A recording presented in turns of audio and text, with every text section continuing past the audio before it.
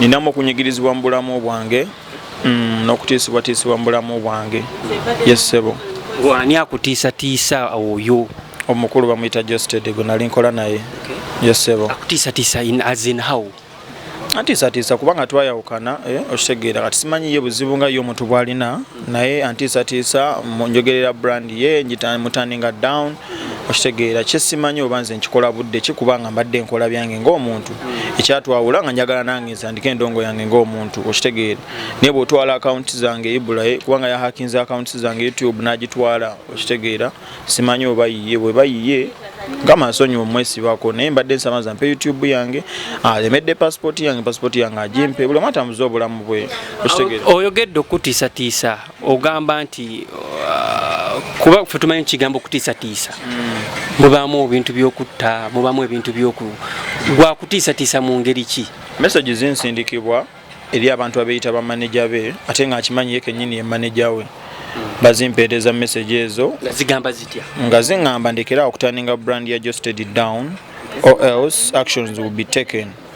Ze simanyi actions ezo zirimu ki okitegeera ne message ngo zivuddeko abantu bangi bajja ne baŋŋamba omusajja yagambye agenda kukuba simanya biki omulemeddeko naye nga zisimuliiko ate yanoonye simukubira ng'obukyanga twawukana ye yankubira amasimu go okitegeera simu mutima mubi badde nsaba neesonyiwa ate akawunti zange azimpe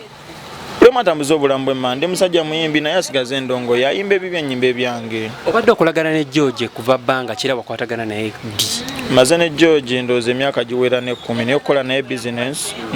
natandika 2018. Yes sebo ngakola naye nga booking manager zo the performance DJ. Yes sebo. Kati obuzibu buvaawa? Obuzibu bwe buva yakera ku machana ngamba tetusobola kubeera bakabaka babiri mu lubiri lumu. Kitegeeza nze wembanga ntandise career yange y'okuyimba sikyakkirizibwa kubeera mu lubiri olwo okitegeera ndowooza obuzibu bwava ku ekyo ekyokuba nti nze ntandise okuyimba nalowooza nti ngenda okutekinga over oba music we oba simanyi mundakyalowooza okitegeera because twesuubiza ebintu nga tutandika okukola nti agenda kuba nnyambako ku music wange okitegeera nitalina kyakoze nze mbadde ngawo ku music we ate nga sinti kale mbadde oba nfuna ekiri awo okitegeera nesasula ebadde mbi nnyo nnyo oluusi n'obutafuna naye ngola okuba nti olw'omutima ate ng'okimanyi omuntu oyo asooka okukwatako n'obaako wootuuka because ffenna tetugenda kubeera awo nga tukolera abantu okitegeera yibula tulina abantu abatulabirako ate era abatwagalako ekyokulya bwe nabeera nga nkolera gwe paka mwaka ku mwaka nga sikyuka mba nina okutunoonya ekiddako yibula okitegeera ffenna twagala nkulaakulana bwe nakera kumachana kwa decision ku 31st ne mugamba njatandika kuyimba nzika okitegeera mbere ebyange okitegeera yabijjamu bampalana nze simanyi kubanga sina kye natwala wabula te yasigaza ebyange abadde yasigaza passport yange okitegeera nasigaza nga ina logins zange za YouTube eza Spotify buli page yange yonna so kati yabye hackinze nabitwala nabikyusa ne passwords ne recovery number okitegeera sheza sikyazinako access yes sebo zikyembadde nsaba kyokka mpe ebintu byange. Are you working with Geosteady? Wagendayo nga muyimbi oba wagendayo nga manager we? Nagendayo nga muyimbi naye ye nantaninga into that kubeera manager we. Nina gendayo nga nyimba though nali serious na ndongo yange because nali sina busobozi okitegeera bunatuuka nenda bange ekintu kino nsobola ate nga ngizeeko engeri gye bakikola nenda banga nange nsobola okukola kyo okukitandika obulungi nakitandika ate natandika wakumera kasajja okitegeera wandika ennyimba zo n'ennyimba tuzina naye ennyimba ennungi naye olwongezako mugamba tukole project eno nasasulako ne director ne muleta tukole video n'amugana director n'agamba ayagala mulanga kwangamba simusobola which is fine okitegeera nesalawo nze nkole endongo yange naye kati yahakinze simu yange n'endongo yange baddemu gye mbadde nina yonna neyiika okitegeera kitegeeza yamanga saakuddayo gifuna producer okitegeeza omulimu gwange gwonna aba agusse okitegeera bro bw'ohakinga essimu yange n'otwala buli kintu ekibaddeko kitegeeza tolina gwe kyonjagaliza mu bulamu simulinako buzibu sina kyemwagaza wabula nsaba afunemu ekisa mu mutima akwate YouTube yange kati nike nina akampenze ntandika obulamu bwange. Logins zo eza YouTube zo gwobeera nazo singa kibadde nti gwa ina logins ya YouTube ya George kiri totally different. Abatyanga yayina access ku bintu byo. Of course nga bwe nkugambye nti nalimo mulimu Black Man nga ye CEO kitegeeza ali ansinga na experience mu kintu ekyo so yalinga uploading music wange logins ezo yali azina so advantage yakozesezza okuba nti asobola okuzitwala n'akyusa n'okyusa okitegeera naye nga yansanga ne YouTube yange okitegeera yesebo olina ennyimba ne George nina ennyimba ne George ennyimba nnya zina video tewali yaddemu gye twakoze video zonna zirimu audio agamba ki when it comes to okukola video buli wamugamba era ng'asigala abuzaabuza ga tulina project gye tulina okusooka because twali tulina okutaa project before wetwalizinga akayimba kasembera okitegeera nasigala nga mbuzaabuza netutolima semya tuzaako ennyimba ezo okitegeera nga ndaba siri mu kufunamu nga bwe nali nkisuubira okitegeera okusalawo nange nnyeko ekigere wabweru ate simanye nti kati ndiwo ku lwange kampamba ne ku lwange okitegeera nene bamanya nti ono omuntu akuyamba agamba oyo muleke simanya biki bikyakuwa ssente bwe ziti okitegeera n'omuleetera akayimbako omaze okukakola agamba akayimba kabi ate ng'addayo omuntu yakakuwadde ng'amugamba akayimba ye asobola okukayimba okitegeera nnyimba zange nnyingi nnyo zaayagadde naye olw'okuba nti nenkwatagana yange n'abantu abo ne bba nzikola okitegeera yesebo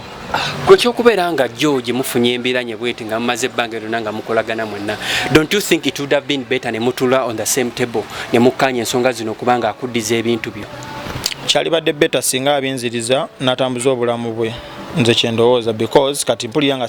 sikyali muntu oyo asobola kati okumukoleranga manager we obanga DJ we nsobola kubeerawo ng'omuyimbi nganze because nange n'ebirooto byange ibula ebyokutwala okitegeera yesebo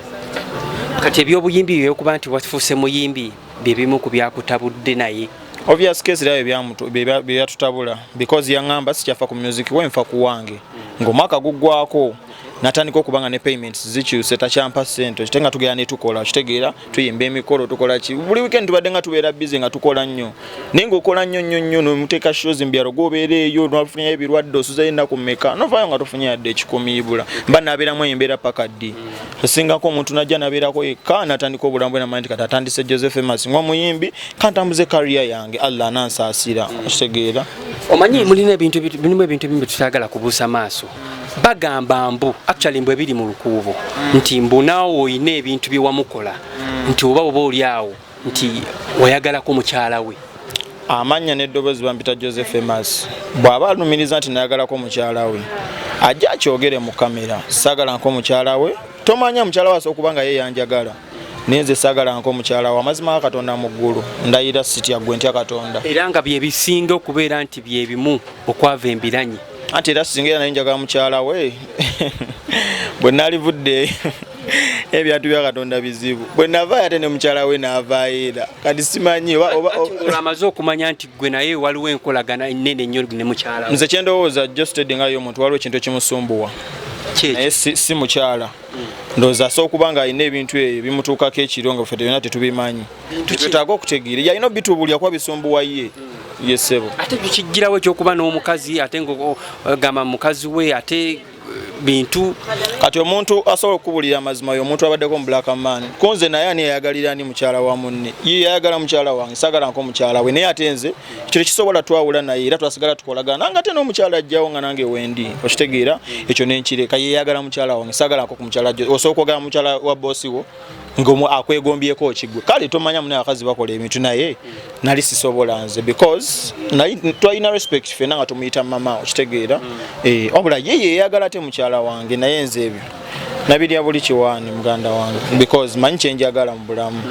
sinze ayina bangi baliridde abakyala ate katutuuka ku nsonga y'abakyala guba gumulya bro okitegeera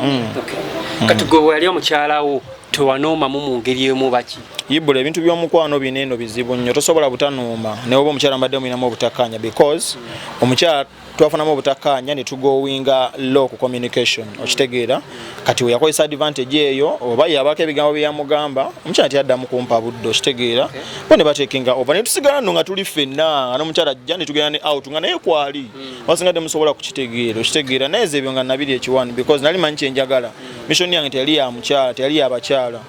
mission yange yakuyimba njagala mbeera owakabi mu kuvaayo nayagala mukyalawo nawe kwe kusasawo okozese that advantage oyagalemu mukyala we nze nakozesa advantage nenjagala endongo yange saayagala mukyala we yesebo bintu ki byogamba byakozesa ebintu ebyo saagala nkulimba enyini alina bitubuulira naye alina ebintu bimutuukako nga nange sisuubira nti ali mu sensezze kubanga tosobola kuŋŋamba bw'osookera ku makya n'okunkona banneyiba n'ogamba mukyalawo ali mu ndeeyo bamukuwe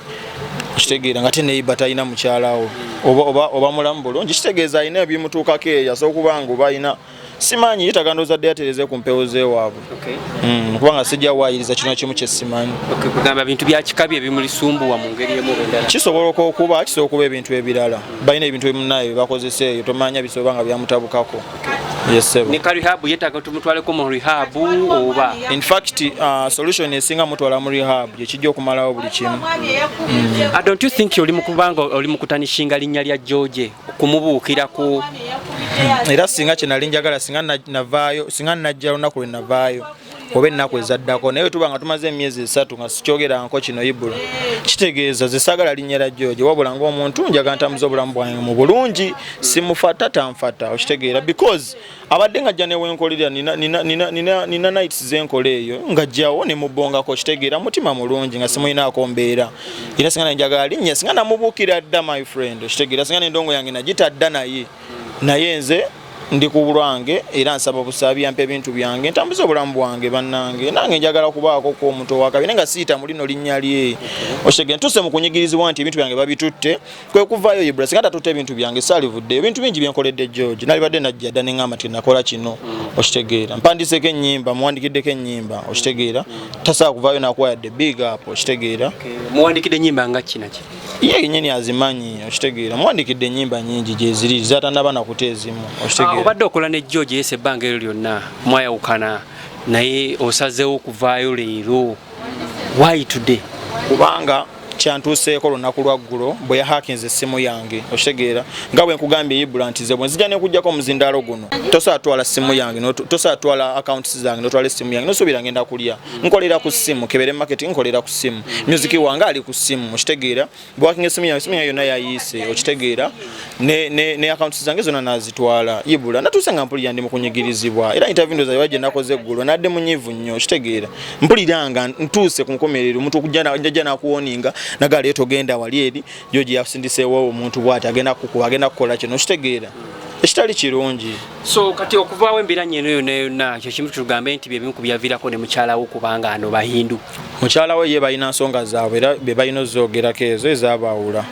naye sisuubira nti era nti ffenna abaavaayo nti era nze mubi okitegeera ye buli ayokana naye yabeera omubi biri ebintu bibaddewo nga nange wendi buli gwagoba oba buli eyeegoba asigala amuyeekera abaana bangi bali eyo alina ne gwanoonya okusiba omwana talina kyeyakola obanga omuntu tomusasula bulungi lwaki tapalapalanya Ibula nakuba enjawulo okitegeera omwana teyamubba yakuba nanjawulo okitegeera nemunoomya okitegeera natandika okutimbatimba omwana lwamu bwayagala musiba era twaviire obutakkaanya nga yagala nze manyi George omuntu nti ate okufrontinga erinnya lye mu bintu ebimu afeesingayo gwe nti Ibula ojja kujja otukolere agambe genda Joza akulabe okitegeera gwe gwosigaze nga Joza olina kuwunzika munsi Ibula agende okitegeera naye nga ye takutamu feesinze kati era bimu byatutabula nze naye nemuga sisobola kureportinga gaayo oyo kubanga zitalina kyeyankola kintu kyeyakola enjawulo gyeyakola gikuba ggwe okitegeera ne kampuni eno sinze CEO Geosteady CEO wa Black Man nze nalimu nga mukozi okitegeera dho nalinamu authorities nalimu nga mukozi so nga sirina decision esakola bwenti neetaaga abantu Ibula wenvayo nezija nenkusiba nga enkyange nakwetaaga otambuliza olimba lwange nakutunuulira nti enkeera okitegeera bro y'omuntu ayagala okukyayisa abantu so kati George bw'anaaba failings okubanga akuwa ebintu byebyo what's your next step next yange ndowooza yakumusaba bintu byange abimpe in case nga kigaanye tekisobola kugaana ajja bimpa kubanga byange si bibyo nze nina kiki kyennina netaga passport yange nina okutambula okitegeera Ibula tufuna deals ez'enjawulo nsobola okwagala okutambula next week ngenda tambula ntanga sina passport yange kubanga tena kyemuyamba yange account yange tena kyemuyamba byonna byange byemusaba simusaba bintu bye ojja otyo muwa passport yo twali tulina okutambula yansaba passport yange alina okugiwayo batekemu visa because twali tulina okutambula ku show yali Canada last year okitegeera munnange oba ye yakola bikyawo simanyi byatuukawo nagamba sisobodde funa visa naye nga yagifunye okitegeera ebyensonyiwana nga tujja tambula next time passport yagisigaza nga omanyi nti Ibula omuntu tobadde omwesiga tosobola kumugamba passport yange because yali alina ebintu byange bingi ebintu bisinga nagenda zijjayo bijja okitegeera kati kiki oyagala kukolere for now kyensaba nkolere nsaba ampe passport yange ampe ne accounts zange kyokka kyemusaba ebisigadde zonna n'ennyimba zasobola zisigaza because music tuyiya muyiye ffenna okitegeera tugambe nti kano sikabadi amazima Katonda mu ggulu sikabadi kubanga my friend olaba ntuso okujja kwene sawa Ibrahim sagala mawulire ebanga lyombadde yomaze naye wanda badinga nkola interview wadde kale nga booking manager obanga DJ we sikola nko yaddo kitegeera njagala ntamuze erinnya lyange ng'omuyimbi sagala linnya lya mawulire ne omuntu asokunyigiriza okitegeera nine byamabingi nnyo bisobola okutaninga Geosteady down okitegeera ne banga sisobola kubivayo n'embya sanguza mu bantu kitegeeza mwagaliza kisinga naye anjagaliza ekisinga omutima mubi mu gukomyawo okitegeera bro kale nga tutandikira okuwunzika kikyoyina since you are an artist kikyoyina on board kikyoyina eri bafanizi bo bafanizi bange amanya n'eddoboozi bampita Joseph Masi n'akayimba kange kali mu kutambula eyo bakayita butwa bwennyini osobola okukanoonyaako Joseph Masi butwa bwennyini yesebo tweyanziza amina sebo nange neyanziza